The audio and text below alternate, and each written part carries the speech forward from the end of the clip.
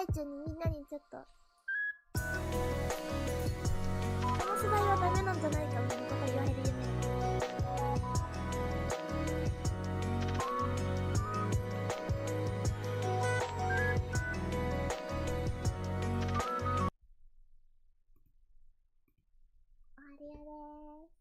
p.m.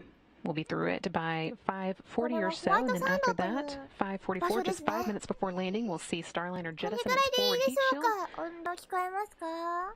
around that has been protecting the parachutes from the intense temperatures of re-entry. Then when Starliner is still about 30,000 feet above the ground, the spacecraft's parachute sequence will begin. 2 drogue parachutes will begin slowing Starliner down, and then they'll detach and make way for the main show, the 3 massive parachutes that will take Starliner all the way through landing. While they continue slowly Starliner down, when the spacecraft is just 3,000 feet off the ground, the base heat shield will jettison and expose Starliner's airbags. At touchdown, those airbags absorb the initial force of landing, cushioning the spacecraft for a soft, safe return to Earth. Starliner has been engineered to be a reusable spacecraft with a turnaround time from landing to launch of about 6 months, and this landing on land capability will help Boeing stay on that timeline. And Brandy, besides that turnaround time, another major benefit of a ground landing is that our team has the ability to get crew out of Starliner within really 30 minutes of touchdown, and they can also get the cargo out of there within 2 hours. So from a science perspective, that means that we can get experiments from the space station down to researchers in record time. I'm sure there are a lot of scientists who are standing by just waiting for that. Absolutely. Again, of course, no crew on board today, but you will see our crews doing a lot of things to prepare. It's great practice. これぐらいしか上がんないけど、これぐらい喋ればいいですか？大丈夫？うるさいかな？うるさい？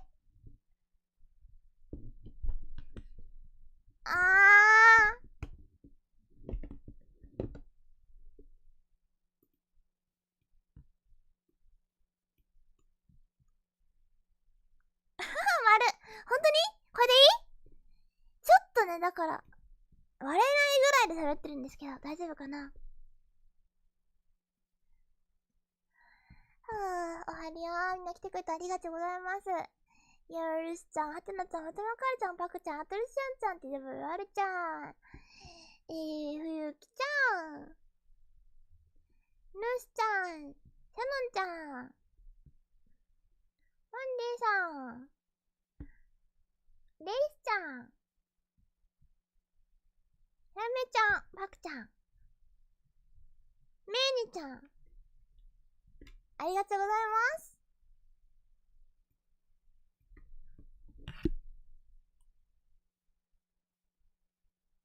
お、なんかいますね。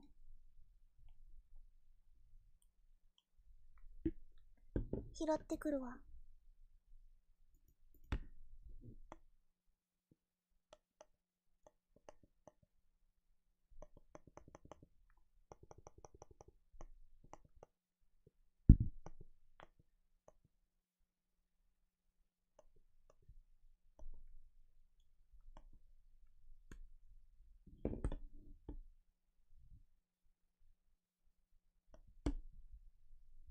音配信の声が大きすぎた。了解です。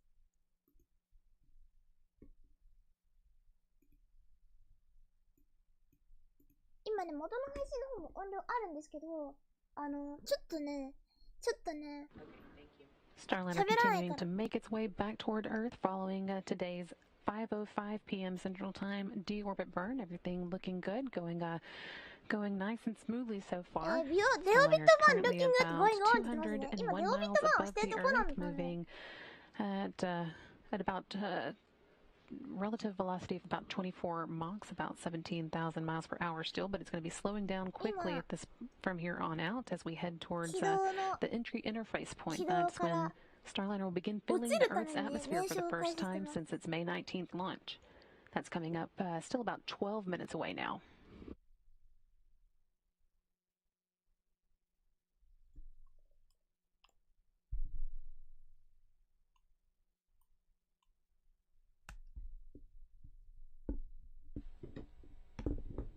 Starliner will be bringing back with it about 600 pounds of cargo from the ISS, including 3 nitrogen oxygen recharge systems, or also called NORS tanks, and hardware supporting tissue engineering research. These are those tanks they'll be bringing back for NASA, as well as many other things that we sent up in cargo, some commemorative items that will be headed back to historically black colleges and universities across the country. And ahead of the hatch closure, the astronauts on the ISS actually showed us the American flag that they're keeping up there. It's something we sent up on Starliner, and they will keep it there safely in a secure spot until astronauts return on Starliner's crewed flight and are able to retrieve it.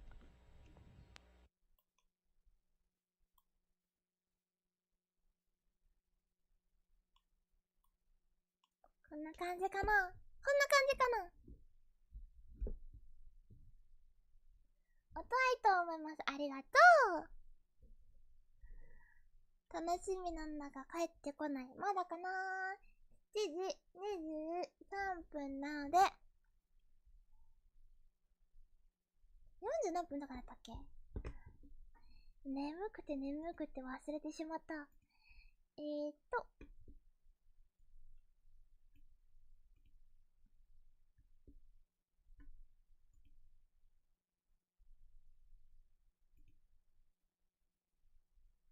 49分で合ってましたね。49分着陸だそうです。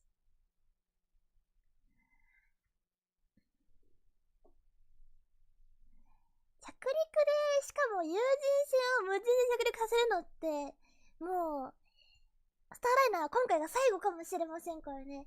なんかそれはそれで面白い瞬間に立ち会えてるんじゃないでしょうか。楽しみだなぁ。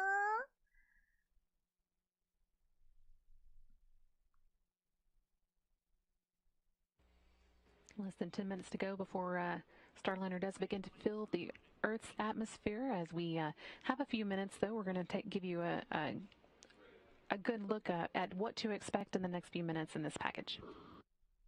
Package.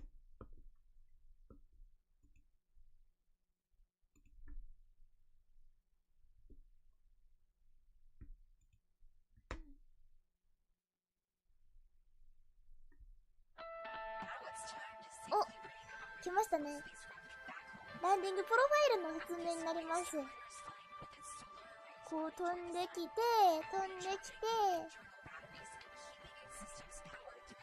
バッテリーって言ってるね。39分前に、お、くるっと回った。レオビット版を始めます。だって。その後、地球に戻ってきます。リエントリーの角度に、配達員の角度になります。最初はサービスモジュールを分離します。ここね、分離します。バイバイ、お疲れ様。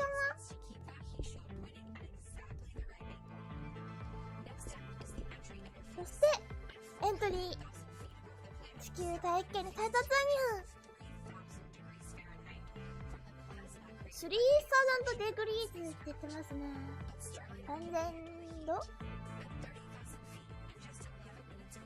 そして帰ってきた後、フォーヒートシールドジェッティソンだって。そしてドローゴシュートを開きます。ドローゴシュートは開いた後、3つのメインパラシュートを引き出します。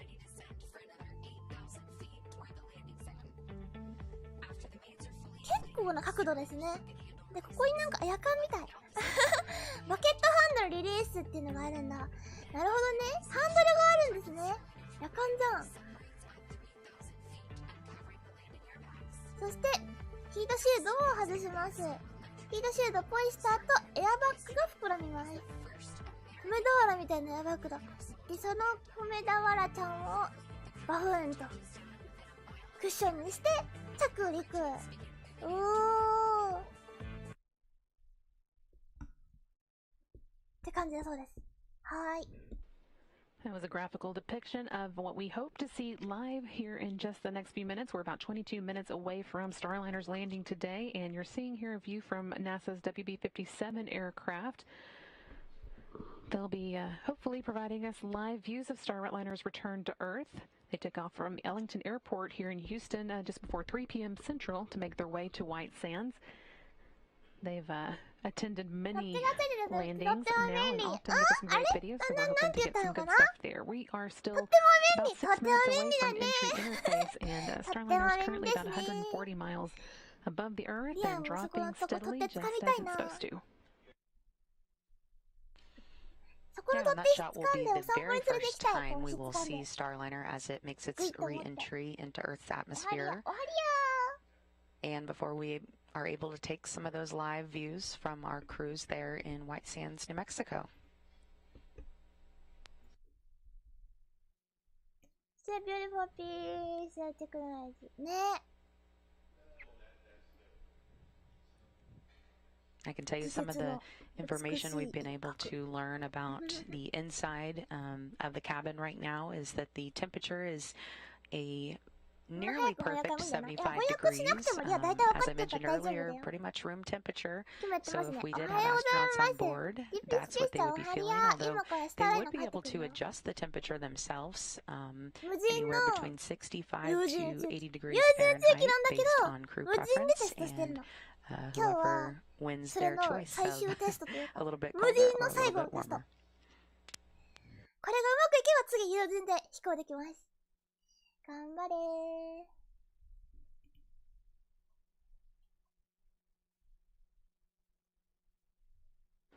Starliner continuing to make its descent, now about 127 miles above the Earth. 誰か作んないかな、スターライナーの着陸 Losing バスケッ altitude ト。 steadily. We've still got about 5 minutes to go before we hit entry interface, and after that it'll be another 5 minutes before we see that period of plasma buildup that we talked about earlier. Expecting that to happen around 5:40 and last about 5 minutes itself. 取っ手がついてとっても便利。 And after entry interface, things will start happening just a little bit quicker. And the closer we get to the ground, the more things will happen pretty fast. Yep, once we get to the heat shield jettison, then everything is about a minute apart. It's a little hard to keep up with at that point, but it should be a good show. ちょっと行ってくるわ。まだ見えないよね。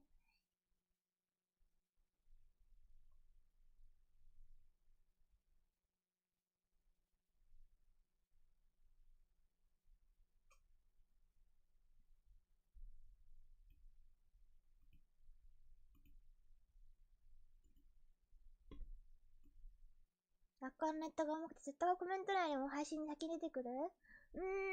そっか。 As I mentioned earlier, we have been marking off a lot of test objectives that have been met during this flight test over the last few days. Another one, the vision-based electro-optical sensor and tracking assembly. You may have heard it referred to as VESTA, and flight data files transferred from the Starliner to ISS for downlink. We really had the opportunity to retrieve data while still there on the ISS instead of having to wait for return, but this time with images that were taken by our VESTA system. And some of the flight controllers that I've talked to really say that the VESTA system is one of the most interesting parts for them of Starliner, just the way that it is able to be the eyes of Starliner and really see it as if we would see it with our own eyes approaching the International Space Station. It is able to see markings on the space station and the shape of the space station to delicately guide Starliner into that rendezvous process and to dock with the space station. We were also able to evaluate onboard tablets to include transferring files from the ground to the tablet through the ISS assets. And so you can kind of think of this as, instead of carrying around a big binder of a bunch of papers, documents, they're able to upload real-time procedures to those tablets. So of course it's 2022 and a lot of things we did with paper in hand before, but even there on the International Space Station, astronauts use tablets.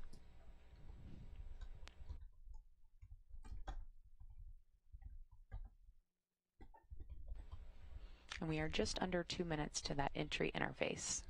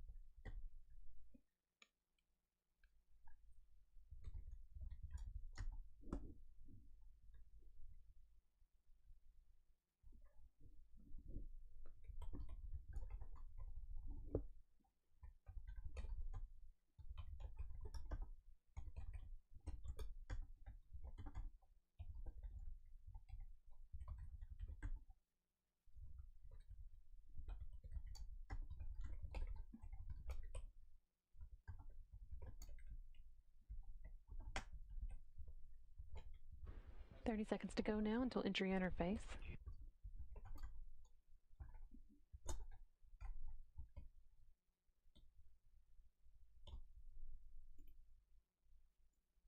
あと2分ぐらいまだかな。30セカンドって言ったからね、はっけ。30秒ぐらいでかな。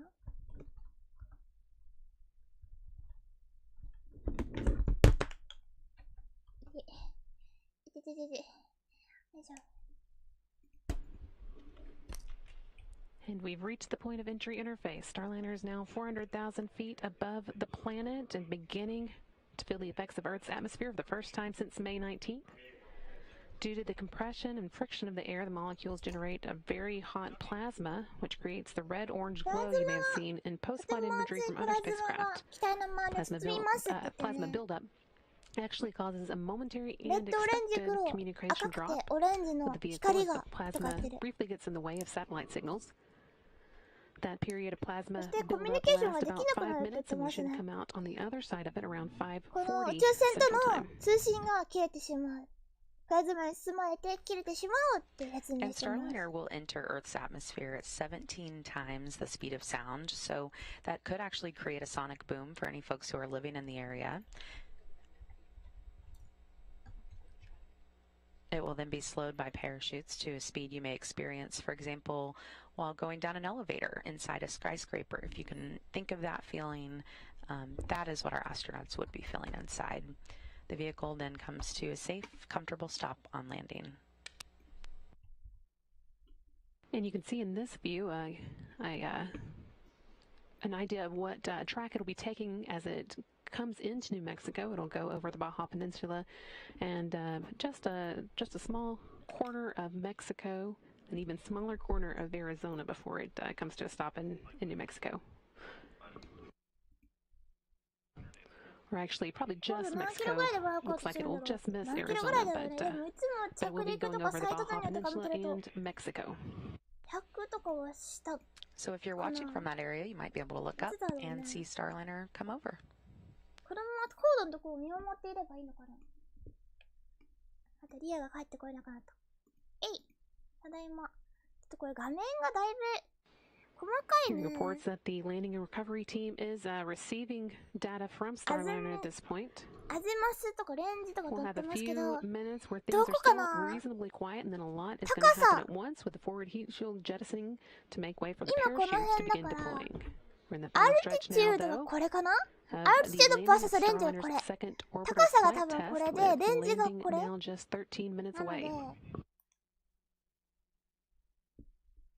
これかな？これか？高度85キロ ?84 キロかな？ここが多分、その高さと対応してるっぽいから、ですね。あ、82キロ。通信は今できてるのかな？あ、待って、来た？来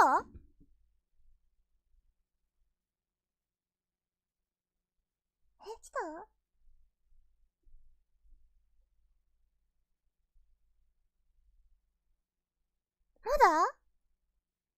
まだか。 So there on your screen, you're taking a look at that shot from the WB-57. That's NASA's space plane that will give us a great shot as soon as we're able to start seeing Starliner as it makes its re-entry. あと10分で着陸なので、もうすぐそこにいますよ。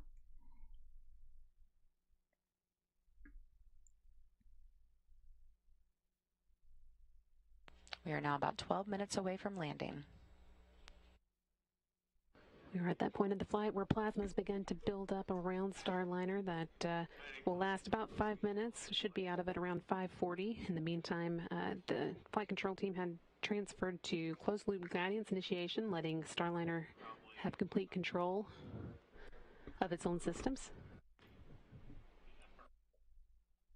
Next major milestone, once we get out of the plasma, will be the 次のマイル forward ス heat トー shield ンはプラズ jettison マから出 around た後 5:44 p.m. ですね。ロスオブシグナルこの辺かな？テレビ止まった？ほどテレビか。テレビ今見えない。みんなから見えてますか？この辺とかも止まってる。234159とか。これ大丈夫かな？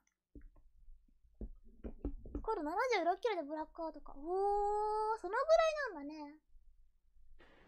Seeing a shot here from ground trackers in New Mexico. This will be another one of the views we hope will show us Starliner as it comes in for its landing in about 10 minutes プラ now. ズマって多分突入するからプラ And ズマ this, できるんだもんね。just a view of the desert, and this is where the landing and recovery teams have been 冷気されて。getting ready to deploy out to the landing site once Starliner does touch down. ホワイトサンドの現地の方々もめっちゃカメラ構えてるっぽいですけど、見えるのかな？あ、ちょっとほら、テレビ取りが見えたところだけ点々点ってなってるっぽいですね。テレビ取り止まってました。75キロ。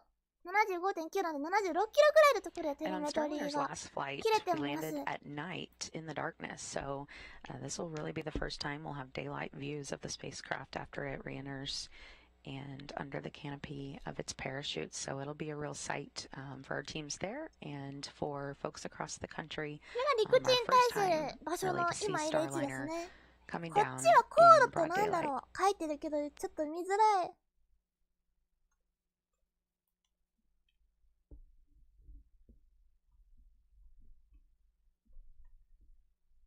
We also heard that the crew on board the International Space Station is going to be watching landing. They, of course, spent some quality time with Starliner since it docked to the station on May 20th and saw it off earlier today. That's Sergei Korsakov, Oleg Artemyev, Denise Matyev, and Chell Lindgren, Bob Hines, Jessica さあ、 Watkins, リング and リ Samantha ンさん Cristoforetti. とボブ・ハイズさん、ジェシカ・ワトキンスさん、何回も呼んだ名前ですね。毎回打ち上げを言ったりとか呼んだりしてて。ジェシカさんとかね。めっちゃ名前呼んだ。空軍の方多いんですよね。 Once again, receiving data from the Starliner now that it's passed through that plasma buildup. 来た！ Everything going well as it makes its way across this track that you can see heading towards a landing in the 来たぞ New 来たぞ来た Mexico ぞ desert. はい、ブラックアウト復活からブラックアウ Teams ト on か the ら ground 復活 reporting しまし good た。 trajectory. 最域は80キロとかあったけど、蓋を開けてみれば50キロ。だいぶ落ちてきましたね。お、来た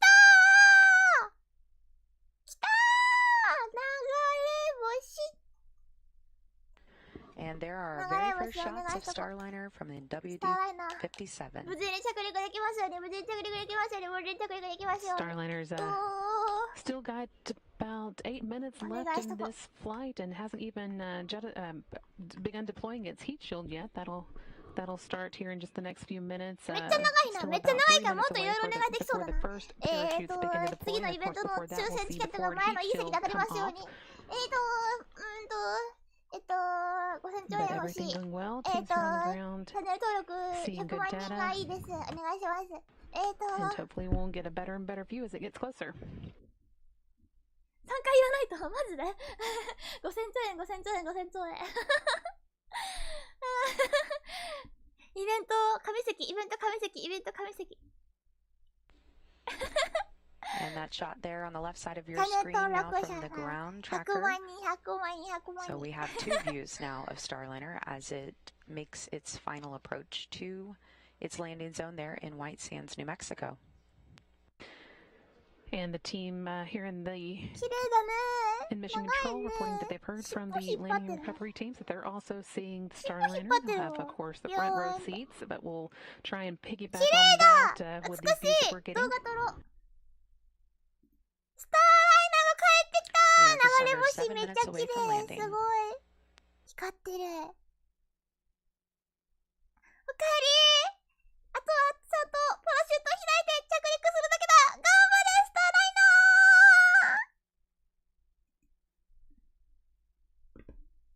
ー。動画撮った動画撮ったよー。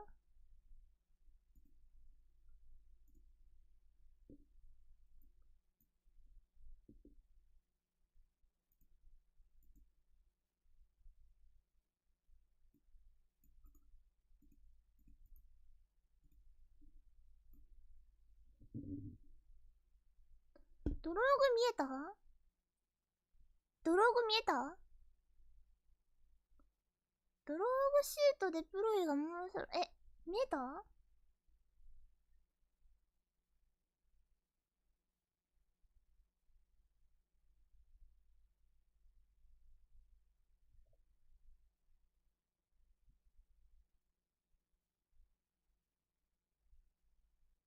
見えないね。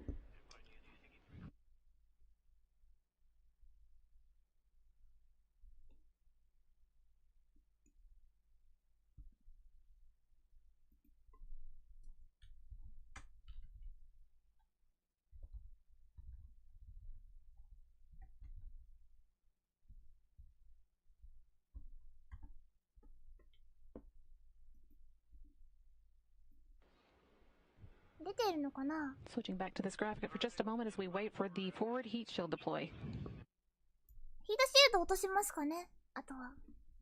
スターライナーですね。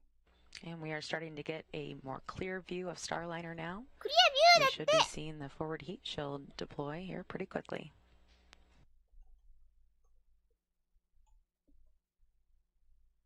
頑張れ。And the forward heat shield has now jettisoned. That heat shield protected the spacecraft through those thermal loads during re-entry. And drugs are out.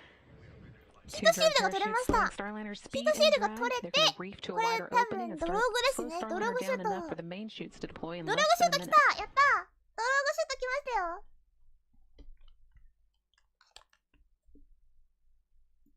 ドローグシュート展開完了。次はパラシュートの展開かな？ Main parachute deploy just about 30 seconds away. ドローグシュート展開ができました。メインパラシュートの展開もあともう少しです。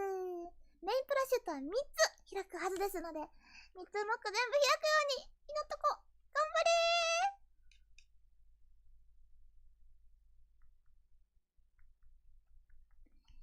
頑張れ頑張れ頑張れー。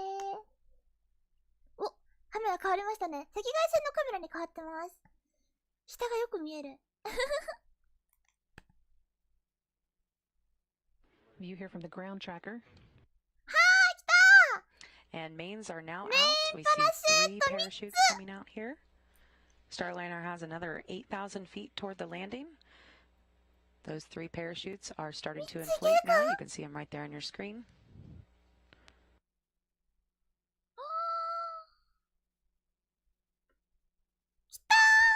And the main parachute's reefing open right there. Continuing slowing Starliner down. 3 good main parachutes. Looking good.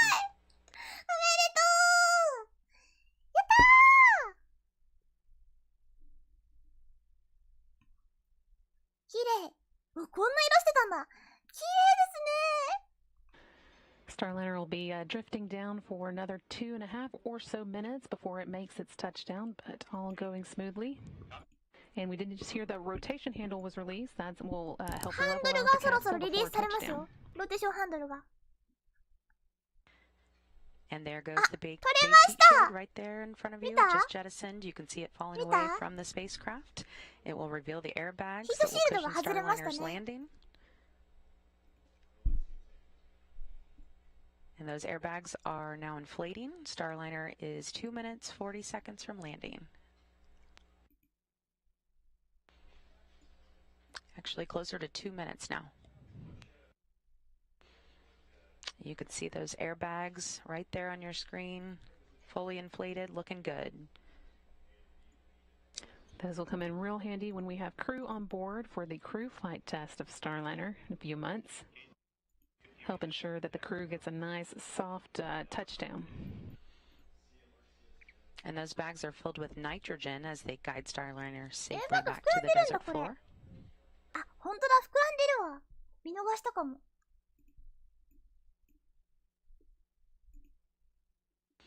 Flight controllers here in the room reporting good airbags. Everything going exactly how we want to hear it.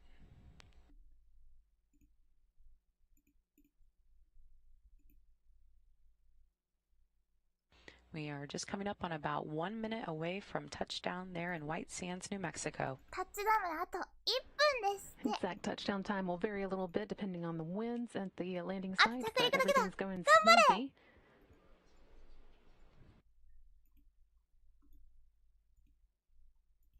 And I bet the teams there at the landing site are enjoying this view. 頑張れ頑張れ頑張れ頑張れ。綺麗だ。めっちゃ綺麗だよ。頑張って。頑張れ頑張れ。あと着陸だけ。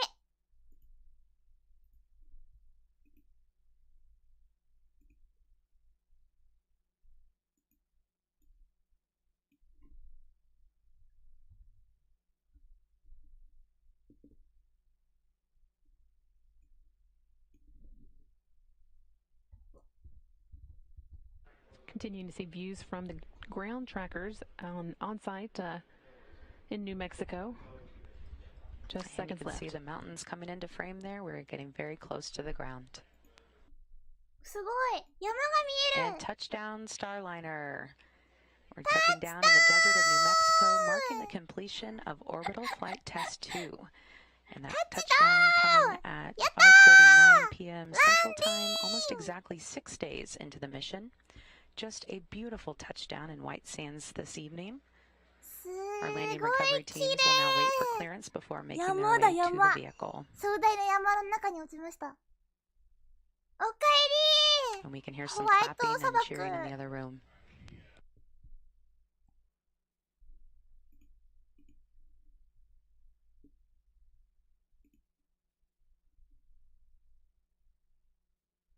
おかえりなさーい。完璧ですね。完璧ですね。今度は人乗せられますね、これで。大丈夫でしょう。なんかふわふわしてる。 And we are going to go live to our 暑いか team な。 now that is out there right at the landing zone, getting close. And we have NASA's Dan Hewitt and Boeing's Rosa Banuelos. Guys, how does it look from the ground? 暑いんかな。 Thanks, なんか Lauren. ふわふわ It's してる hard to ね。 describe the feeling that the team here is going through. Again, we just saw those beautiful red, 活 white, 動の瞬間見えなかった。なんか下にちょっとね、なおってなって見えなかったね。 I'm sorry, the base heat shield also これでこの中にも名前がつくのか。名前欲しいよね。カリプソくんの次は。なんてお名前になるんでしょうか。 It we're on the move. We're in the blue team vehicle. Again, we're driving in parallel to the historical runway here for the Columbia shuttle landing. Again, we're the first stop is going to be the 500-foot mark. We're driving pretty slow here, about 25 miles along this white sand, gypsum sand. Once we get to that 500 mark, the first team will move into the first team that will move into the 120-foot mark will be the gold team, and then they will do that first visual assessment before they give the clear for the rest of the team to approach the crew module. After that, we have the silver team who will groundly stabilize the vehicle and take command to power down, and they will also recover the parachutes. They will also recover and save any frozen parts. And then after that team, we have our team. Again, we're going to try to attempt to give you some of those live looks as we get closer to the crew module. And then preceding that, we have the green team who will provide ground and cooling to the vehicle, which is really important to keep those crew safe from overheating. And then we have the red team who is mainly made out of the Boeing medical personnel. And then we have the hatch opening, and then any of the cargo removal. Again, we're pretty slowly for heading to the crew module and an upwind direction. And this is to keep the team safe and away from any potential hazards. As we approach, again, the crew module uses a hypergolic propellant that when it does turn into vapor, it can be very toxic. So we take that very seriously. Safety is the number one concern and priority for the flight crew and for the team here on the ground. So when the gold team does arrive, they will be monitoring that throughout the whole operation. 下についてるから下から吹いてる様子ないんじゃないかな。下にバルーン展開してる？あ、バルーンずっと展開してたよ。ずっと展開してた。開いててそのまま落っこちました。And hey, I don't have a whole lot else to add. It was pretty surreal as Starliner just almost seemed to materialize in thin air directly above us. We were able to see it come down under both strokes, see those deploy, and see all three good mates. We were treated to what I believe was a sonic boom award that may have been some of the higher events, but ねえ、コメダオラっぽいんだけどなんかめちゃくちゃみどりくん正解だよ。本当だよ、みどりくん。荒波に揉まれて。ランドリカブリもいる。like ocean。ふわふわだからね、海のようにも見えるね、このニャニャニャがね。帰ってきたぜ。Great to have Starliner back on planet Earth. Can't wait to get the teams, and it looks like it's coming right into view for us. So we are コメダオラさコメダオラで着陸するロケット。ミアリーもスカートにコメダオラつけないの。つけ忘れちゃったなー。今度やろうか。コメダオラスカートにコメダオラついてるよ。髪にコメダオラついてるよ。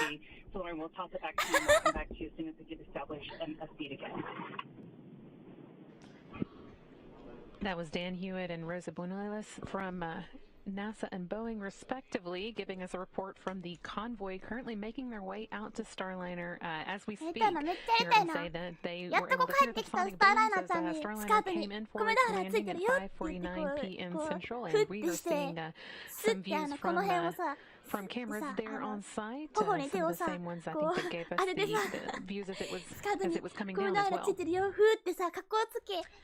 here's a piece of information that I know a lot of people on our team will be really happy to hear. We are told that Starliner landed about 0.3 of a mile southeast of the landing site, which is basically a bullseye. はたかれたい。何を言ってるのって。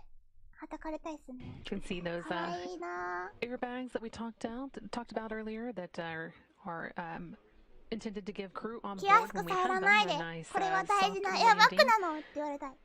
All スカートに60キロか。しかも as 1個 planned, 60 that's キロ。なん going か to めっ be ちゃいっぱい what ついて the ますけど teams ね、 are コメダオ checking ラ。 on as they do arrive at the landing 手 site. 前 In の fact, 三角 you 感が heard 味わい深い。 これでしょうか。こちらでしょう Dan か。 and Rosa mentioning we've got a pretty big group of people who are making their way out there because it's a pretty big job 右 to 下車 recover 間の映 a 像かな。なん spacecraft か once it is ね、機材がこの辺にちょこっと見えるんだよね。この端っこに。なんか車とか移動中の回収班の画像っぽいですね。 And we're also hearing from こ here っち on の画像を the 赤外 from here 線 in mission 化 control の that 画 the 像で撮った post-landing やつが power こ down の of Starliner ものだと思いま is す。 in ほ work. ぼ同じ画角なので、近くにあるカ That's メ one ラ of the か、同じ key カメラの横に別のレン milestones ズが and ある getting みたい the な感じかも。 Starliner ready for its recovery. で、ここの And our team just checked the cabin temperature inside. It is 74 degrees right now. Much more comfortable than our team out there in the desert. 最近突然時のやつで美味しいご飯が炊けました。いいな。美味しく上手に炊けました。And you may have noticed just a few seconds after Starliner made its touchdown, the main chutes fall away from the spacecraft, and that just keeps those chutes from catching any wind that could drag the capsule, which obviously makes things easier for the landing team as they begin to make their way toward the vehicle and start their pursuit. The mountains coming into frame.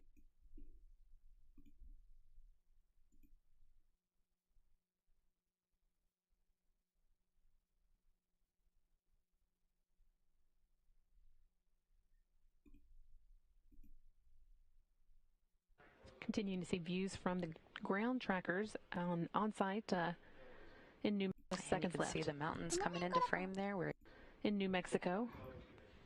Just seconds left. You can see the mountains coming into frame there. We're getting very close to the ground. And touchdown, Starliner. We're touching down in the desert of New Mexico, marking the completion of Orbital Flight Test 2. And that touchdown coming at 5:49 p.m. Central Time, almost exactly 6 days into the mission. Just a beautiful touchdown in White Sands this evening. Our landing recovery teams will now wait for clearance before making their way to the vehicle. And we can hear some clapping and cheering in the other room. 嬉しい、ドキドキ、帰ってきた、おめでとう、次は友人だね。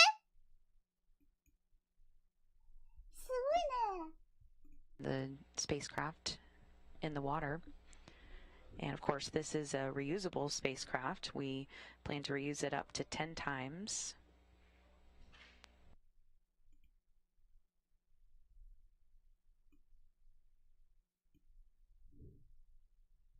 新規度込めて着陸が見えん。確かにね。We place a great deal of emphasis on testing our systems on the ground and in space before our first crewed flight test, so our teams have learned a tremendous amount from this mission.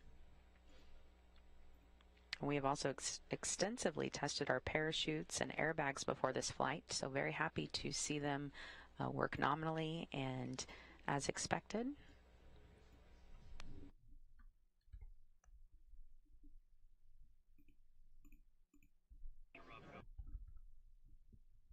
止まったね。お、車着いたね。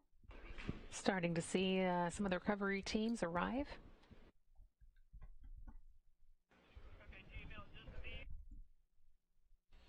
The very first vehicle that we will see on site is the command vehicle. They are at the front of the convoy, and where the recovery ops leader and recovery director, who are in charge of the entire operation, will wait to go in. ニューメキシコ。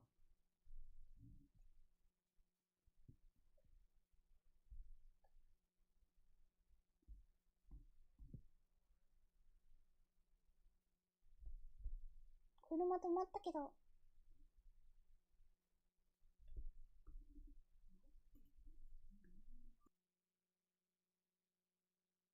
Power down of Starliner is still going on, getting everything turned off so that the team here in Houston can turn the vehicle officially, the spacecraft officially, over to the recovery team, who we can see is just arriving here in the top right-hand corner view.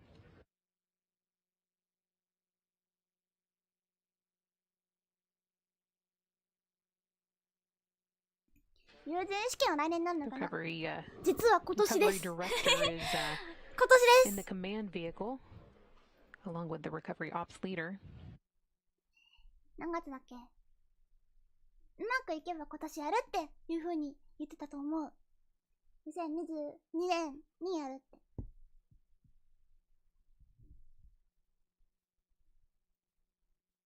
Now you see a lot of that team starting to arrive on いっ site ぱい来た、い there. っぱい来た。And 車 our が gold 前 team 横 will be に the いる。 first to arrive デ up ブ to the 元気ですか vehicle. ね。いっぱい来た、いっぱい来たね。As you heard Dan and Rosa て say, かさ、 they are この画面のさ、出し vehicle, 方、 so they 出 do すことい a いね。 sniff test for 4 hydrazine, 分 making sure that 岐 there's の none 画 of 面の that こ in っ the ちの air 上 that だけ could を映 hurt そうと思ったら4分岐の画 any 面 of の the ここだけを recovery team こう members. 拡 They'll 大して be るんだね、 wearing 多分ね。 hazmat suits to protect them from any they 雑 might くて find. いいね。 Hopefully that'll be clear though, こう and しか then で the きないのか rest of な。 the team members can begin moving in. 4つのうち1個映しとかできないのかな。拡大するという荒技。Those hazmat suits are there to prevent exposure to hypergolic propellants, and hydrazine is used as a propellant, and if it turns into a vapor, it can be very この toxic, 周り、ヒ so ドラジンと they かを use 使って special いて、 sensors to sniff 毒 for 性 it, のある and then they're able to notify the rest of the convoy ト when キシッ it's クって safe. ね、とても毒性のある、推進剤を使っている 関 That 係 team で、 will also check the wind to make とか言っ sure てる that the け entire ど、 landing and 最 recovery 後まで team 聞 is き取れんかった。 staged uprange from the direction the wind is blowing, just for an added set of protection there.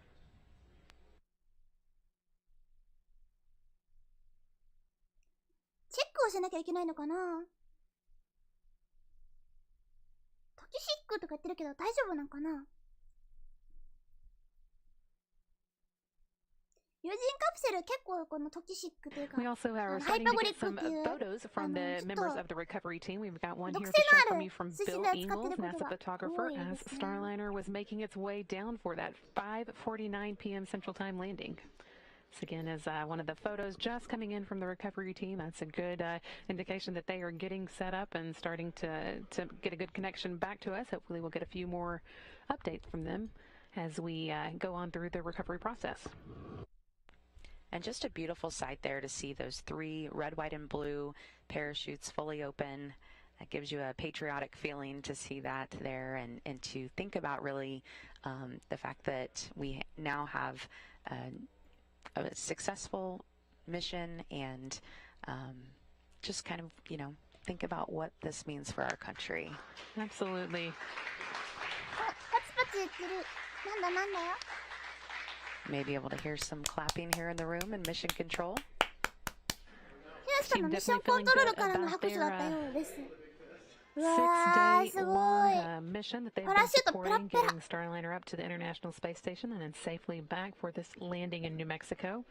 Seeing here a video, a shot from a drone on site with the recovery team. Much clearer than our other view. Very nice. Yeah, Very we're getting nice. now some close-up views of Starliner there on the ground. And back with the recovery team now. Again, they are getting starting to get staged. And we'll be スーツとか taking 毒 control 性 of ない the 推薦 vehicle を使って now. ない BH3 ぐらいじゃないのかな。あ、Just like we have a flight 毒性 director ないとい here う in か、 mission control, there's a 水素を recovery 使ってると director こは結 on 構あっ site て、there あ who と will は be leading operations. セントールも使ってるし、それこそ朝鮮にも使われてるし、水素は。なんだけど、どっちかっていうとその、一撃推進剤とか、そういうちっちゃなスラスターとかに、ヒドラジンが使われてたりとかすることが多いんよ。このちっちゃいスラスターを水素でやったりは、しなくて、そういうちっちゃい方向性用のスラスターだったりとか、大きなエンジンじゃなくて、細かい制御用のエンジンだったりとか、あとは脱出用のエンジンだったりとか、スーパードラコとか、そういうところにヒドラジンとかそういう危ない系の毒性の強めな、でも混ぜるだけでちゃんと燃えてくれるっていうすごい、安全？便利？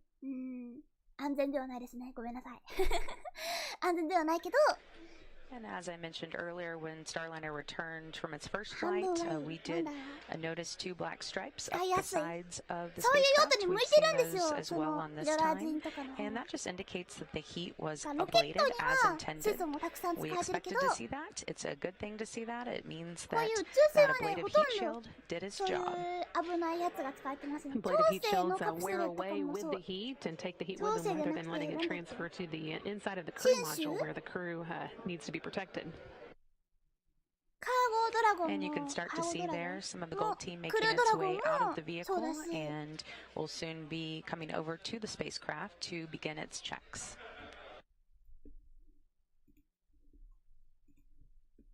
And we're going to go live now back to NASA's Dan Hewitt and Boeing's Rosa Benuelos, who are live on the scene. 水素とか使ってるロケット他にも、例えば、デルタヘビー、デルタ4ヘビーとか。Hewitt coming to you guys live now. So we're just about 500 feet away. 反応がね、ちゃんとしてくれるんですよ。なんかちゃんと、なんだろう、燃えやすいっていうか、混ぜたら燃えるというか、なんか、爆発、なんかね、なんかあっても、大体燃えてくる、なんだ、燃えやすいから、ちゃんと燃えてくる。ちゃんとつくThey go in, make sure there aren't any leaks, any fumes, anything like that, before the rest of the team start to make their way. That's right, Dan. As you can see probably in your camera views, they're dressed in hazmat suits. And they're going to do an initial sweep. They're doing that right now as they're walking around the crew module. You can see those airbags are inflated, and they're going to take their time to do that. Obviously, it is, we want to keep the team safe, and once they do that, they're going to give the next team that to proceed, which is going to be the silver team. And again, they're going to ground and stabilize the vehicle and make it safe for the crew to actually touch the crew module as well. So we're going to continue to see this live. As you can see, the parachutes are to our direction, to the left here. And the team that will be safing and recovering those parachutes will be the silver team as well. So when it's their turn to come in, you'll see them working off to the side, gathering those parachutes, doing their assessment as well. Yeah, and they're going to be collecting up that base heat shield, which actually landed probably only about 200 feet off to our right, so that's super close. So if we were able to get some views of that on OFT-1, and we'll do our best to get you some views of that as well. So after Silver Team's able to do that, you're going to start to see a lot of the convoy moving in. We've got a green team, which I don't know if we've touched on yet, but they're bringing a lot of equipment with them. They're going to put up an environmental enclosure. It kind of looks like a bounce house. It's just to go around Starliner, helps to provide it some extra cooling, and also just protect it from the elements as we're out here. As again, this vehicle's going to be reused. Any steps we can take to just kind of isolate it from the environment will help in that refurbishment. And they're also going to be setting up an HVAC system, providing some active cooling to the capsule, as once it's powered down, it's not using any of that active cooling on board. And I did just get word that we are going to have a silver team move in to cut the riser. That connection that is still connected to the parachute, so you will probably see that in your shot. It's practically like a string, and they'll be going in there and doing that procedure as part of their recovery operations as well. So we're going to continue to see the different teams do their different procedures and we'll report as we see different steps here. わかりやすい、そうそう。軽いから4席が必要ってことだ。そうそうそうそう。 Some of the most visual hardware, a lot of the really big かさばっちゃうのよ。かさばっちゃう what's called a map, a mobile access ススタン platform. クでかいんですよ。 Very similar to just a big yellow platform with some stairs. That's what's going to give them direct access to that hatch, as your hatch lead is also on the red team. They're also going to be driving up the medical truck. Obviously, we don't have any crew on board today, but we're going through all of the motions of this to practice just for when we are flying. So we'll back that medical truck up, and that's what we're going to be using once we have crew on board. That's going to be kind of their first steps out of the capsule and into there. Also, the hazmat has been complete. Everything is normal. Again, this team did that first initial assessment, and they're going to continue to monitor for any potential hypergolic leaks. Again, making sure the team is safe out there from the crew module. And so everything's looking great out here. It's still very warm. As you saw us before, we're wearing sunglasses. It's really bright out here.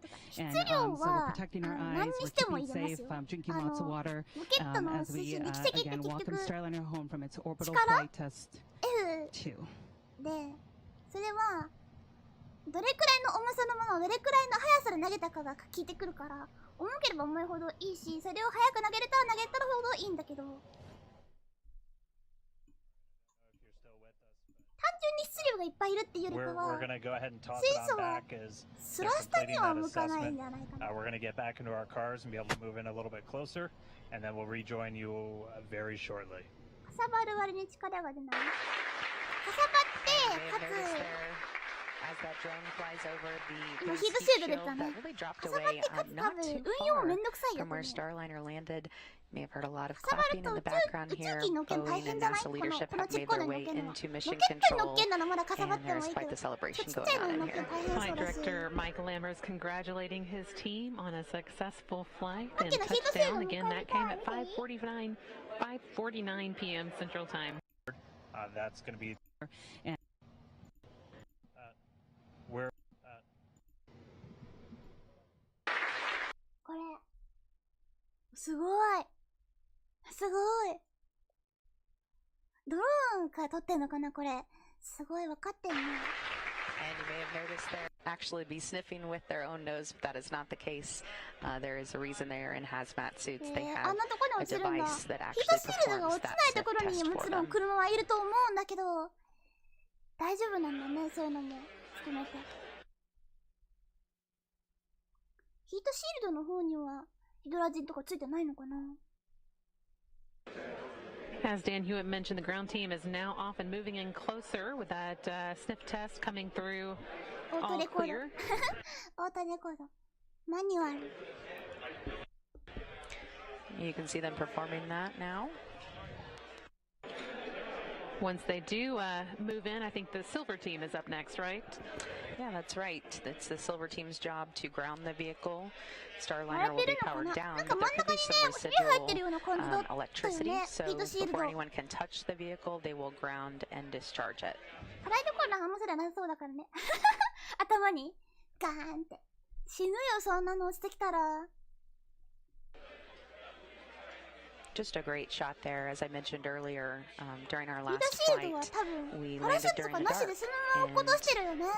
in the middle of the night. And so this is the first time that we've been able to see just such clear pictures of Starliner's crew capsule there in the desert of white sands. You can see that black stripe I mentioned, which is just kind of a badge of honor. It lets us know that the engineering done to protect that spacecraft during the hottest part of its re-entry did its job. 誰か操作してる人がいるということですね。66ってなんだろう。ドローンの電池でしょうかね。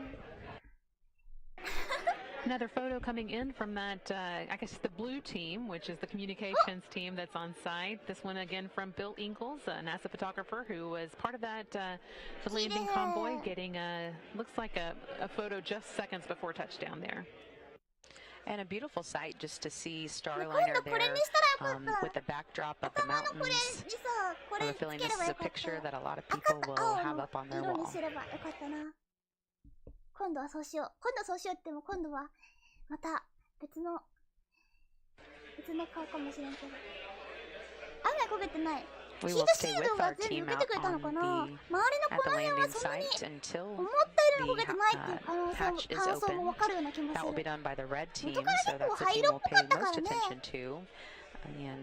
They are mostly made up of fire rescue, Boeing's fire rescue. The mobile access platform will get backed up to the hatch on the crew module, and that's able to give the team access there. If we did have astronauts on board today, this is the part when they would start to exit and be taken directly into the medical truck for any post-landing medical checkups. But we speak of astronauts who could be on board. I think Butch Wilmore is there with the team. He's one of the first up to fly on board Starliner, getting a good look at what he could expect from a Starliner touchdown. Butch telling us that he was very jealous of Rosie getting to ride in the commander's seat today, and I'm sure he will have some more words for her once he gets to get up close there to the spacecraft.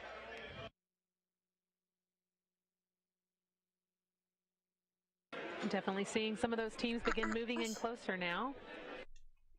平べったいから周り込むガスが少ないとかどうだろう You may be able to tell some of the flags that are on each of those trucks that differentiate which team we're talking about. As we've mentioned many times, they are designated by color. And so that'll give you a good indication of which team's turn it is to come in and do their part to get the spacecraft ready for more folks to come in and eventually open that hatch. こう見るとアポロロケットの人が乗るところに似てる気がする。そうなんだよ。あの時と変わらないんだよ、形ほとんど。アポロと同じだよ。ほとんど同じ。アポロの方は着水？ちょっとこの間リアがつぶやいたやつ見てみますか？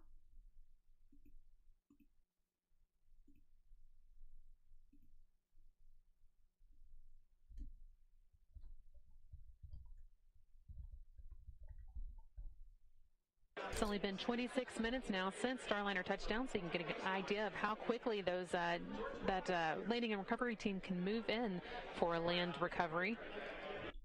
Already through that hydrazine sniff test that we've been talking about, and getting ready to move on to the Silvers team's grounding electrical test.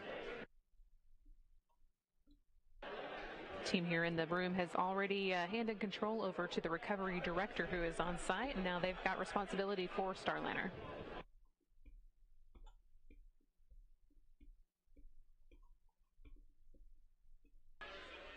The spacecraft landed just 3/10 of a mile southeast of the landing site today, which they consider pretty much a bullseye, exactly where we want to put her down in the desert. Of course, being so important that we're able to show that our autonomous spacecraft can perform as we plan.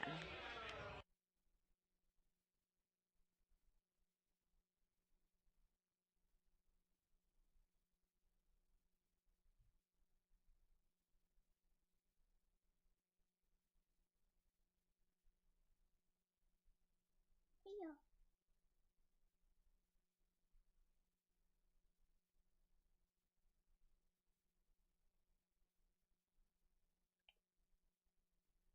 オリオンも似てるよね、アポロと。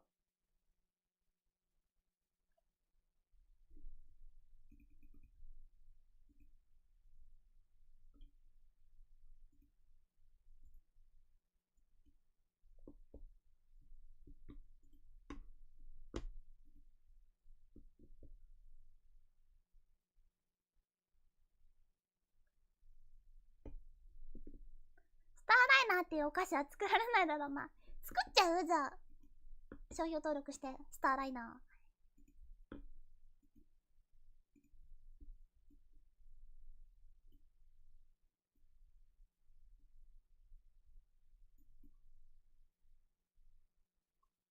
こんな感じだそうですよ。比較した画像がね、作ってくださった方がいてね。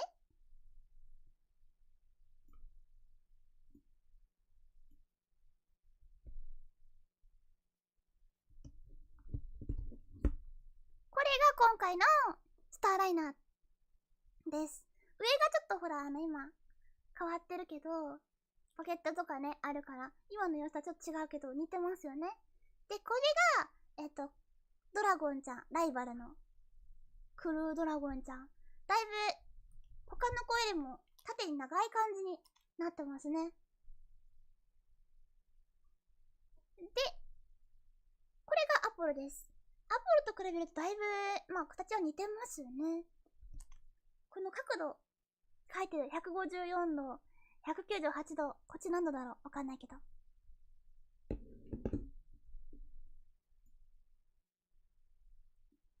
だいたい3メーターから4メーターぐらいのサイズ感。で、今まだ新しいのもう一個作ってて、SLS っていう大きい、月とかね、行けるような、でっかいロケットを今作ってて、アメリカが。そのアメリカの、その、大きいロケットの宇宙船の方がこれです。オリオンちゃん。オリオンが、アポロに近いかな、一番。月とか行けるやつだから。でこれが今作ったやつもこんな形をしてて、主翼？翼がついてるタイプのやつは今いないですね。ドリームチェイサーはいるけど、その子は有人カプセルとしてのなんだっけ、お金もらうやつには入ってないっぽいので、一応アメリカが進めている有人宇宙ミッションはこういう感じで。スターライナーは2005年に商標登録されてるわ。宝石の区分で。今調べたの？ね、今調べたんですか？お菓子だったらセーフなんじゃない？ねえ、区分があるからお菓子だったらセーフなんじゃないかな。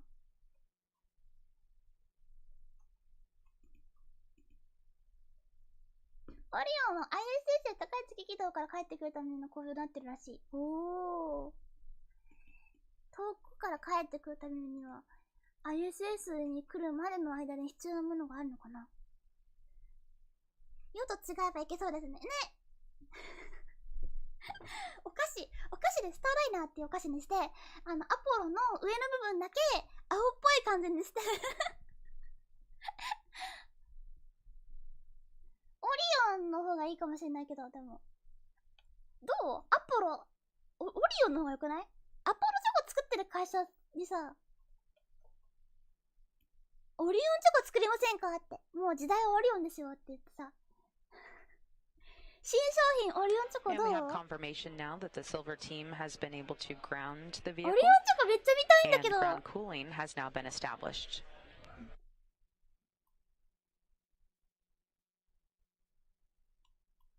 オリオンラムネ菓子があったよな。あったね。オリオンでもさ、それってあれじゃない？会社の名前だよね。オリオンのラムネ菓子。コーラとかさ、デカビタみたいな感じのこういうシャカシャカとするさ、ちっちゃいラムネが入った瓶みたいな、瓶じゃなくてプラスチックケースなんだけど、あんなやつだよね。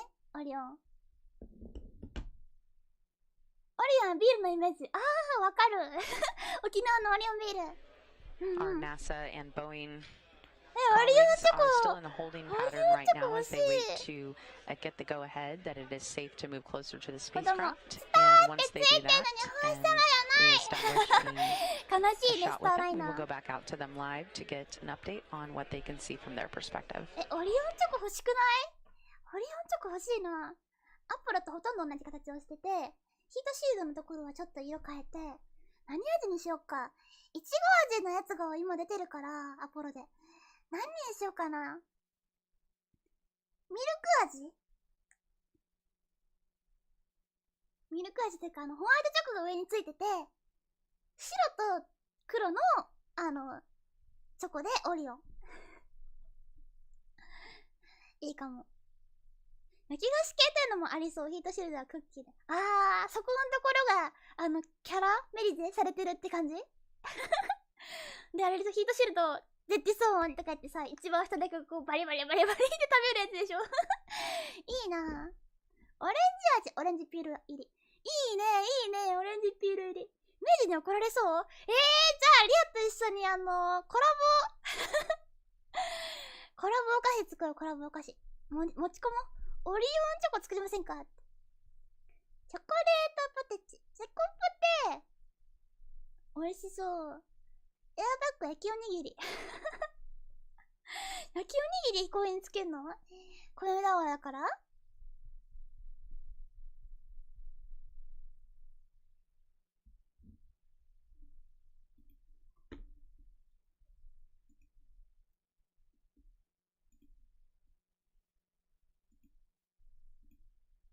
ありがとう。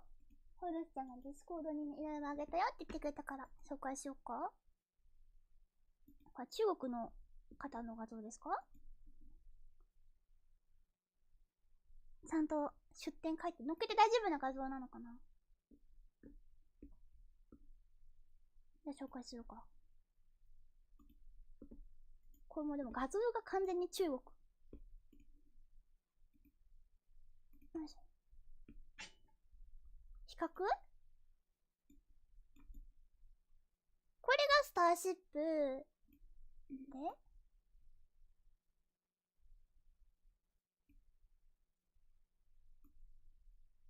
でかいね、スターシップ。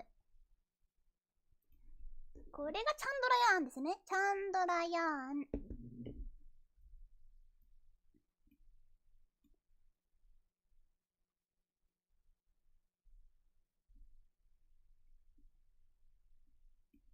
ドリームチェイサーと NGCS。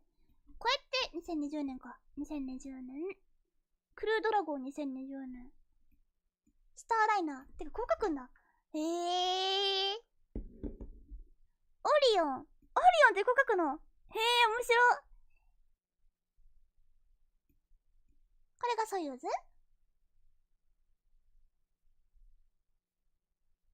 これが新州ですね。似てるね。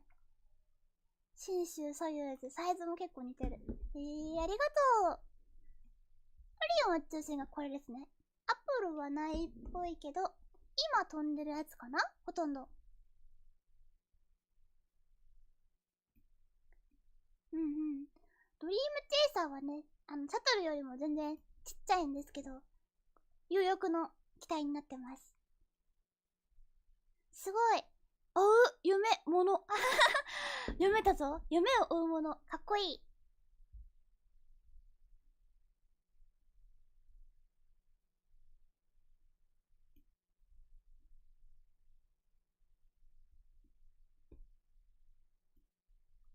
それ好きはなんか狭いんだよねって二人あるけど。なんかね、ちっちゃいね、頭のとこ見ると。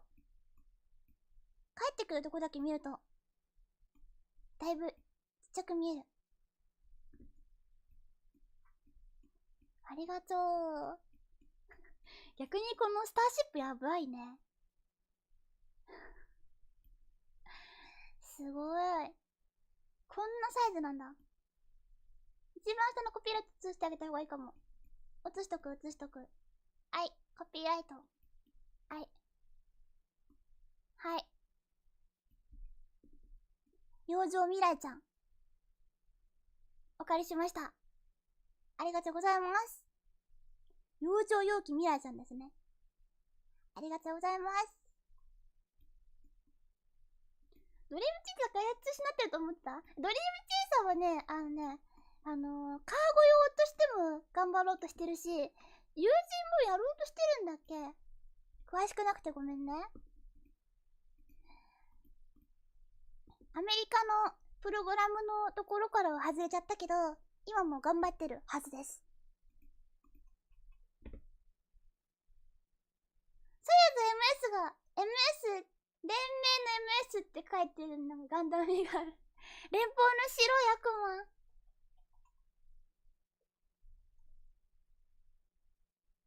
無人で実績積んでゆくゆくは友人目指してる。頑張ってドリームチェイサーちゃん。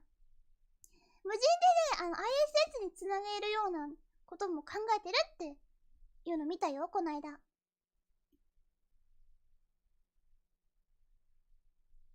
オービタルリーフ向けには友人飛ばすんじゃないかな、ドリームチェイサー。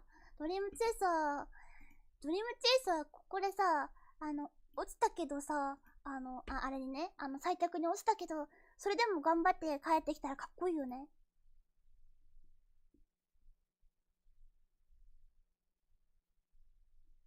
これなんか音入んなくなったけど、音どこ行ったの？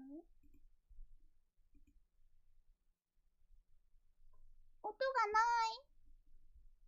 アメリカの旗がバタバタしてる。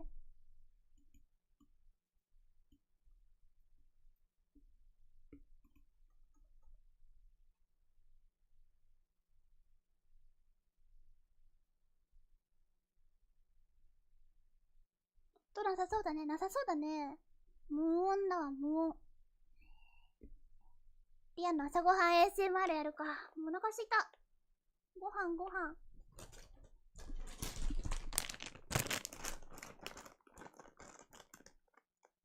オリオン餃子というのを見つけた。宇都宮ね。大丈夫。まだチョコレートというのが残ってる。大丈夫だ、きっと。中国みたいに真っ先に旗って感じではないね。そうだね。いつ出したんだろう、これ。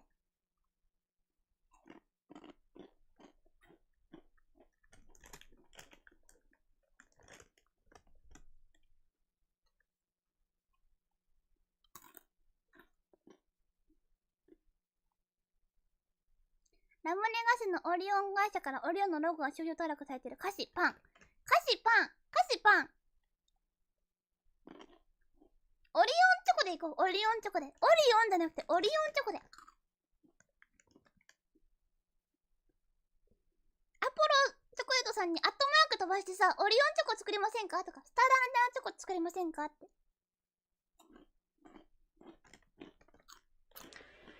And you may have noticed there that our teams have backed away from the 韓国にオリオンチョコパイっていうのがあるらしい They are です。 doing so 大丈夫。 after detecting a very low 日 amount 本 of になければ大丈夫。 hydrazine. We're just giving it time to burn off, and then our teams will move back in when it's safe and begin those procedures. Again, Starliner landed at 5:49 Central, 4:49 Mountain Time today, just about 41 minutes ago in the オリオン deserts チョコ of の White 表 Sands, 登 New 録情報な Mexico. し。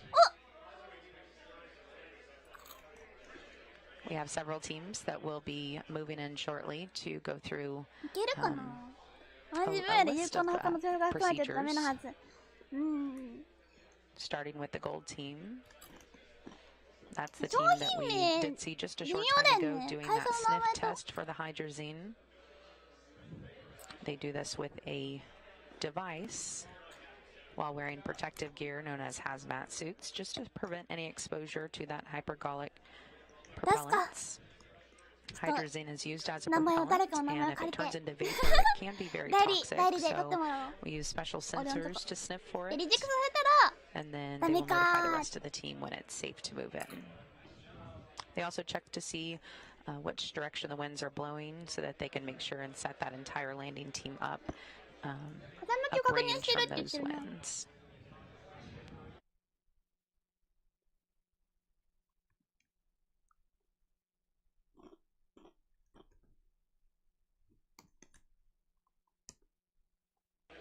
Our team is a safe distance away from the spacecraft right now, and everyone that is near the spacecraft is wearing hazmat suits. That, of course, was the gold team that we did see wearing those hazmat suits. We have a live look from the drone again up in the right-hand corner of your screen. And a ground view there on the left side. You see an ambulance down there on the bottom of your screen. That is a normal part of the convoy. When we do have astronauts on board, they will be getting medical checkups as soon as they land. And a lot of practice is going into this time, even though we don't have astronauts on board. There are a lot of things that our team is running through as if we do, so that they get some extra practice in before that crewed flight test.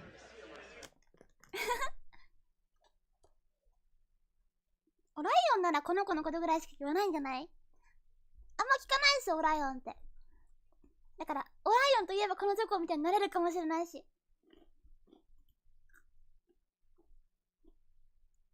右下のカメラマジフリーだもんね。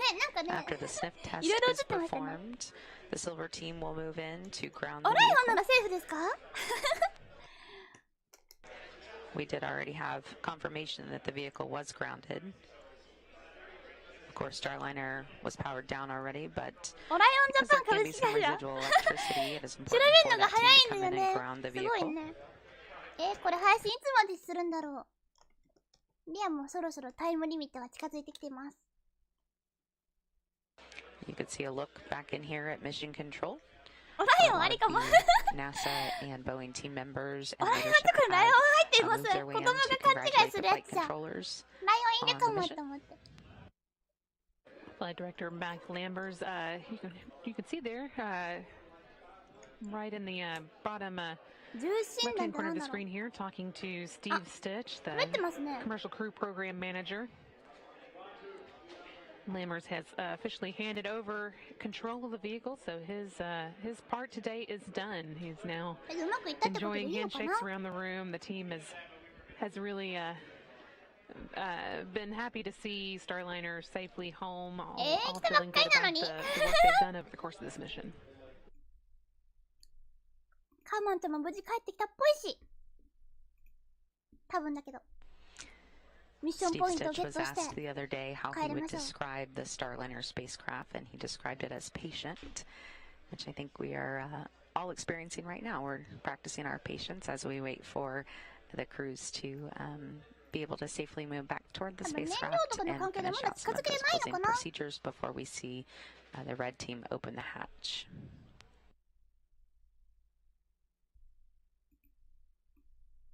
よし。リアの配信はあと10分ぐらいで終わります。最後まで多分見られないと思いますが、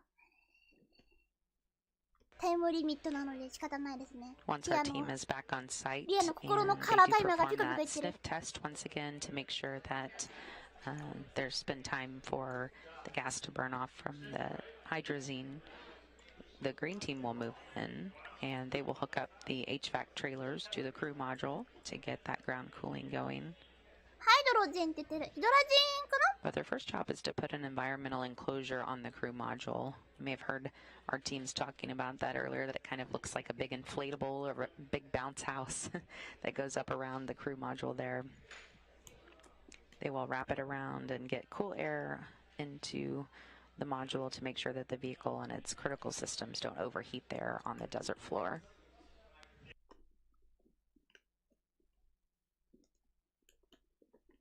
Once again, we have a live view from our drone.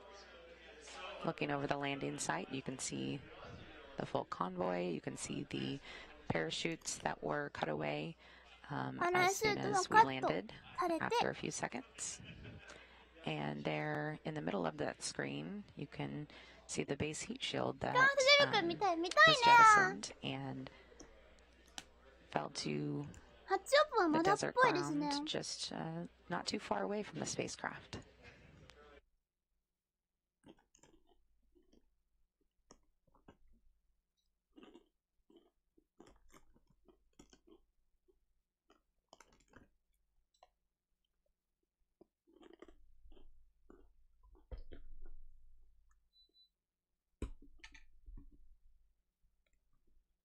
結構黄色っぽいね。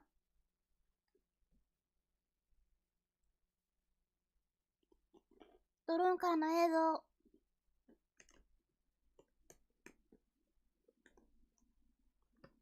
早朝からの連続配信お疲れ様でした。大変だったよ、本当に。おライオンでお菓子の区分に商標登録してないっぽい？ほんと？いけんじゃね？これいけんじゃない？おライオンねえ、言いに行こう。はしごがかかってる。ほんとだ。はしごかかってる。新しい宇宙船ができたらね、いいじゃんね。新しいチョコレートができたって。期間限定でもいいからさ、出してほしくない？新しい宇宙船の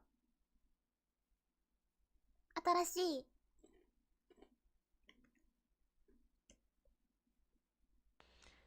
記念してさ。This being a flight test, our teams have really learned a tremendous amount of vital information about Starliner でもアポロチョコね、オライオンチョコはだいぶパクリ感がすごいんよ。with the International Space Station and then docked with the どう International せなら Space 本家にやってほ Station. しいですね、本家に。 Spent a few days up there with the astronauts who were able 出しと to く？今の move って in リアが。and take some of the cargo out and repack some of that cargo for us. あえて和菓子とか和菓子、オライオン和菓子。 Starliner undocked a little bit コラボ earlier で。 today ね、コラボしたいよ and ね。 made its way back home to the desert in White Sands. プロデュースしたい。企画持ち込む？持ち込みますか？持っていく？メジさんに要望出せば通るかも。ちょっとやってみたい感じする。ホライオン飛びそうだし、そうだよね。どうせだったら作れるんじゃないですかって言って、味違いのさ、チョコっていっぱいあるじゃん。で、SLS のイメージカラーである And you ちょ can っ see the と gold オレ team ンジみた there いな。 moving back その toward オ the レンジ色 spacecraft to を perform ベースに another した sniff アポロ test with that device. にして、コラボにして、薄いクリア You can see them Vtuber コ wearing ラ their ボして、 protective hazmat suits. That, of course, to protect them from any exposure to the hypergolic 行くやつ。 propellant. ホライオン、アポロ時代、再びじゃないわ。アルテミス時代。あ、でもアルテミスチョコレート、あれ、アルテミスチョコレートでもいいな。日本人宇宙飛行士が寝そうだし、話題として普通にありかも。だよねだよねだよねの時の顔やばかった。だよねISS、CSS に研究提案する可能性は？オライオンチョコを？オライオンチョコですか？それはどうだろう無重力化の可視製造無重力で作って意味があるならね。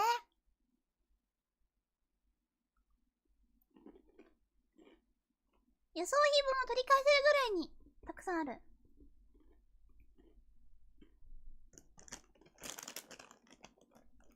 よし、そろそろ配信終わらねばいけません。では配信をそろそろ終わるために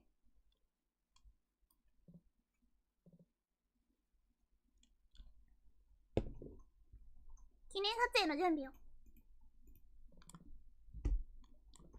While we wait to hear the results of this latest sniff test, we're going to toss it back to Dan and Rosa, who are there on site, a safe distance away, to give us an update. Dan?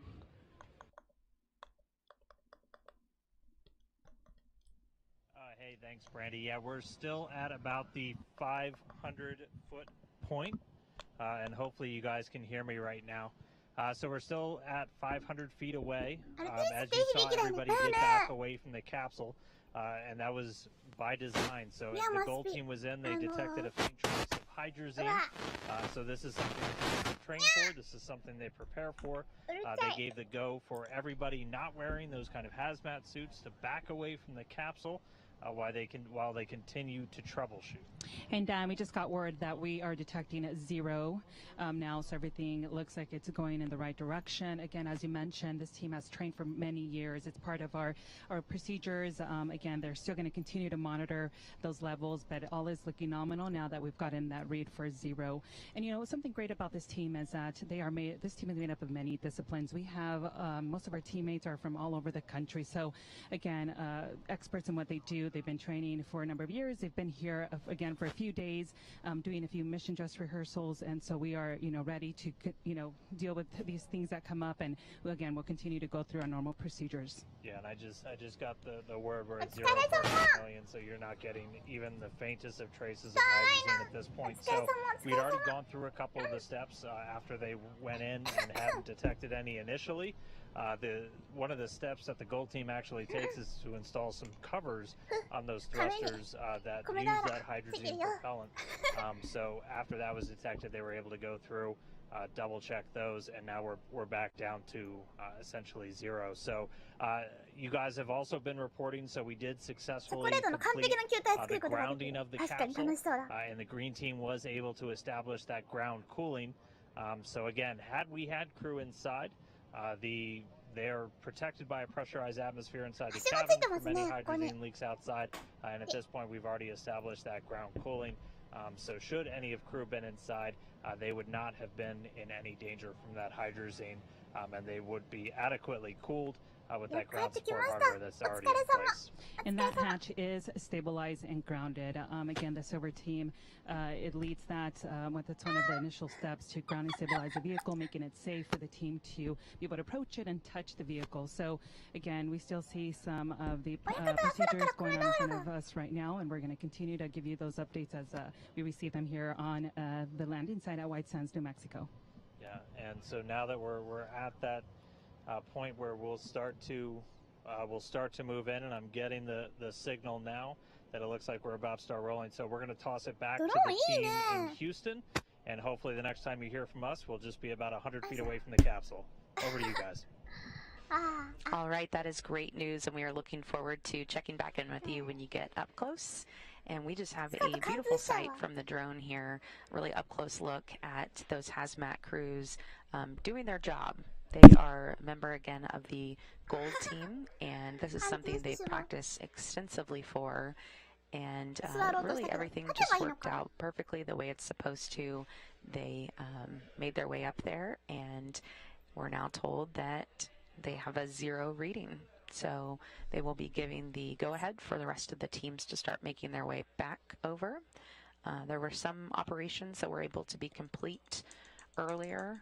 We know that the vehicle was grounded, meaning that they were able to make sure that there was no residual electricity. You may have noticed the hazmat team was touching the vehicle.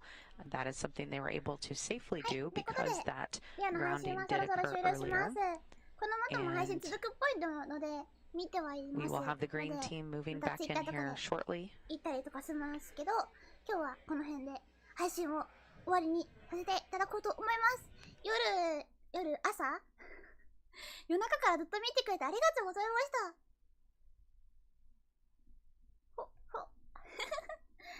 多分このね、スターライナーの服も、もう多分あんま見ることないと思うので、見せておきますね。は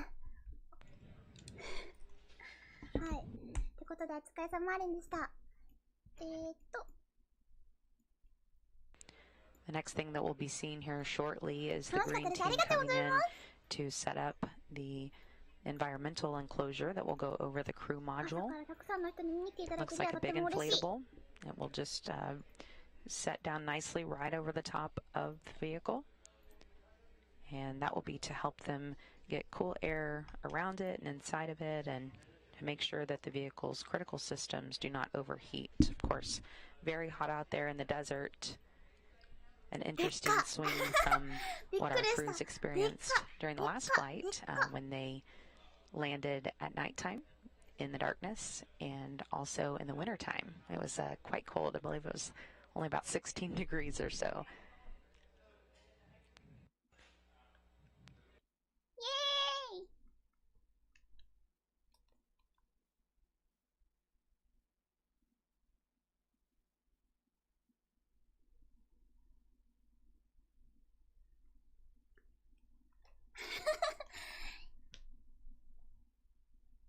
こっちがいいか。こっちがいいか。ビクトリー！タッチダウン！お疲れ様でした。タッチダウンお疲れ様でした。タッチダウンお疲れ。タッチダウン！素晴らしいタッチダウンでした。なんか、アメフトみたいですね。素晴らしいタッチダウンお疲れ様でした。スターライナーちゃんでした。それでは今日も配信来てくれてありがとうございました。お疲れ様でした。 time today. It did land under 3 good ロゴありますね。 main なんかね、 parachutes, 米俵にロゴ。 as well as fully inflated airbags. お疲れ様に。 And these capabilities are just something that help us turn the vehicle around in a much quicker time frame. Of course, this is a reusable crew module, can be used up to 10 times, with at least a 6-month turnaround time. あやちゃん、今32時だから大丈夫大丈夫。やっば。今日48時まで頑張んなきゃいけないのに。ミキちゃんありがとう、楽しかった、嬉しいです。ひろめちゃんお疲れ様に、ありがとう。ドレッション You さんお疲れ can 様 see に。 the NDS cover at the あり top がとう。 of the バレ crew メちゃんお疲れ様 module. に、 That あ is り the がとう。 NASA ミキちゃん docking お疲れ様に、ありがとう。 system cover. そして、 And that has been added to our してないロム vehicles 線の since 皆 the 様あ last りがとうござい flight ました。 to further グッドボタン protect と、 the それ NASA から docking チャンネル登 system 録と、それから during those ツイッターのフォロ hot ーもぜひと loads もよろ as しくお願いします。 Starliner ツイ makes ッター its ぜ way ひともお聞 back きくだ down さい。 to リア、 Earth ツイ through ッター今、 entry 絶賛 interface. 頑張ってるとこなので、毎日ツイッターしてます。そりゃそうか。何を言おうと思ったんだか分かんなくなっちゃった。毎日ツイッターしてますので、はい、ぜひともツイッターの方もよろしくお願いいたします。お疲れ様でした。ひさみクロちゃんもありがとう。たくさん情報をくれて嬉しかったです。ありがとうございます。アレクサンダーちゃん、Thank you for the stream. おつりや、ありがとう、おつりや。ということで、バイバイスターラーナーちゃん、またね。 We do also see exactly what we expected to see with the crew module 超できるぞ。 returning through that hot entry interface. You can see that black marking there on the left side of it. There's another one on the exact opposite side. And it's the same thing we saw after our last flight. These are just proof that the ablative material that is wrapping around Starliner is doing its job when it is able to protect the crew module as it comes back through the hottest part of its ride home.